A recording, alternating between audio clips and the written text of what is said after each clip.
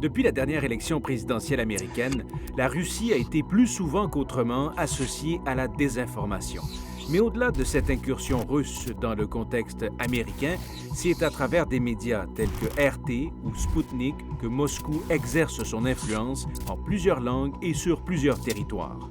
La journaliste Liz Wall a été à l'emploi de RT et ce qu'elle a vu de l'intérieur l'a poussée à démissionner en direct. I cannot be part of a network funded by the Russian government that whitewashes the actions of Putin. And that is why, after this newscast, I'm resigning. Jeff, depuis le début des décrypteurs, combien de fois on a parlé de la Russie? Et pour cause, il y a tellement de choses à dire, notamment sur l'ingérence politique. Hein. On l'a couvert abondamment. Là, on va aller ailleurs, parce que la Russie aussi a un bras, si on veut, de propagande à l'échelle internationale, incarné par Sputnik et RT, deux médias. C'est ce qu'on appelle en anglais du soft power, donc en français du pouvoir doux. Dans le fond, c'est pas clandestin comme l'ingérence politique, c'est vraiment ouvert. Donc, quand on lit un article de Russia Today ou de Sputnik, on est censé savoir que c'est des médias qui sont financés par le gouvernement russe.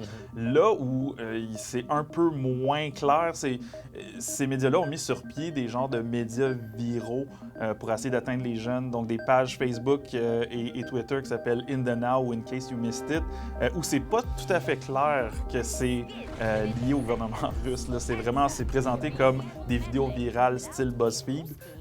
Mais c'est clairement, ils sont opérés par Russia Today et Sputnik. Whatever! C'est vraiment fait pour essayer d'atteindre un auditoire un peu plus jeune. Mais là encore, ça suit les mêmes lignes éditoriales. Their president is not a Russian spy. Special Counsel Robert Mueller's concluded that he did not collude with the Russians. Fake news! Dans quelle mesure, tu parlais du financement de ces organes de presse-là par le pouvoir central en Russie, dans quelle mesure les liens avec le Kremlin sont rapprochés? Là? Sputnik a été créé par l'Office de communication internationale du gouvernement russe, carrément. Oui. Russia Today est financé par le gouvernement russe, mais a été créé par l'ancien porte-parole du président Vladimir Poutine. Donc, les deux affirment qu'ils sont complètement indépendants, mais quand on regarde leur couverture, vont jamais mettre le gouvernement russe dans l'embarras. Et on s'aligne toujours avec les intérêts de la Russie à l'international. It gets kind of shady as when it comes to foreign policy. When it came to Ukraine, it wasn't even subtle anymore. If I was anchoring, the questions were fed to me. Les histoires qui vont sortir vont souvent coller aux intérêts nationaux de la Russie, essayer de dépeindre les ennemis de la Russie comme si leur société s'effondrait, comme si ça allait mal. Donc, Ils jouent sur les clivages, exactement. Donc, on joue sur les clivages sociaux qui existent déjà, qui sont là. Par exemple, Russia Today et Sputnik ont fait une couverture vraiment de mur à mur des manifestations des Gilets jaunes, par exemple, pour montrer comment ça va pas bien en France, comment les gens sont pas d'accord, comment la société est en train de s'effriter là-bas. Bien, il faut dire aussi, si on veut être équitable dans notre analyse, que d'autres pays aussi ont eu des médias semblables qui servaient les mêmes objectifs. C'est vraiment pas seulement la Russie qui fait ça. On peut penser à Al Jazeera, par exemple, qui est un média financé par le gouvernement du Qatar. Là aussi, on considère que il y a de la propagande là-dedans. Les États-Unis aussi, il y a une longue tradition de médias étatiques comme ça. On pense à Voice of America, Radio Free Europe, qui sont des médias qui sont pour avancer les intérêts américains à l'étranger. C'est vraiment pas... C'est pas seulement la Russie qui le fait. Et les Russes, eux, qu'en pensent-ils? Notre collègue Tamara Alterescu leur donne la parole. What do you think about Russian state television? I don't know if I have rights to say that. I think that level of disinformation in Russia is very high. You don't feel manipulated at all by your media? No, because I don't use this media. If you have your brain, you can distinguish between like lie and truth. Where do you find truth? From my teachers, from my university and internet. What about state television? Oh, I know what you mean. I see what you're getting at. I think they have some secrets they don't tell about what happens here. Do you have the same in Canada? In my country, disinformation level is even bigger than in Russia. In Ukraine? Yeah. USA does it the most. Every country was trying to be the best at these games. Who do you think is the best? I think Israeli. Israeli? Yes. Tamara, tu as choisi un lieu bien particulier pour nous parler de la désinformation en Russie sous Poutine. Oui. Je suis sur la célèbre place Loubianka, en plein centre-ville de Moscou, célèbre en raison de l'immeuble qu'il a domine. Regardez, c'est le bureau du FSB, donc autrefois le KGB. C'est encore ici que ça se passe, le service de la sécurité d'État. Et c'est un symbole extrêmement important, Alexis, pour tout ce qui a trait à la désinformation, parce que le mot désinformation en soi, c'est une traduction empruntée du russe desinformatsiya, qui, à l'époque de l'Union soviétique, était un département entièrement consacré à la désinformation. Et encore aujourd'hui, la Russie, sous Vladimir Poutine, depuis 20 ans, est encore, et encore plus qu'elle ne l'était, maître de la désinformation.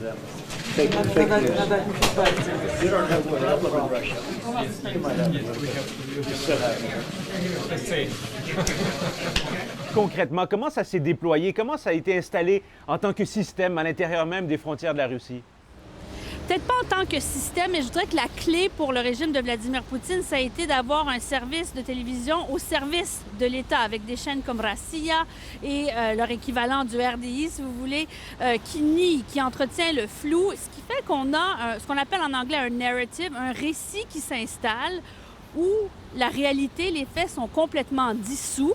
Et on a une population qui s'abreuve de nouvelles complètement déformées et qui, au fil du temps, s'y sont habitués. Mais malgré tout, dans l'espace médiatique russe, Tamara, est-ce qu'il existe des alternatives, bien qu'elles soient marginales, pour les Russes qui veulent voir les choses autrement? Il y en a, ce qu'on appelle des médias alternatifs ou l'antidote, si vous voulez, à la ligne du Kremlin, mais il n'y en a pas beaucoup. Ça, c'est des choses qu'on voit aux États-Unis. Vous savez, il y a des médias qui se consacrent 24 heures sur 24 aux mensonges, par exemple, de Donald Trump aux États-Unis. Et ça, c'est sans risque aux États-Unis de représailles sérieuses, alors qu'ici, c'est le genre d'activité qui peut coûter la vie à des journalistes. On l'a vu, et ça encore, le Kremlin l'a toujours nié. Et parlons des moscovites qui t'entourent, des Russes en général. Dans quelle mesure ils comprennent un peu ce qui est en place? C'est intéressant comme question. Vous savez, chaque fois que je fais un reportage, je reçois beaucoup de commentaires.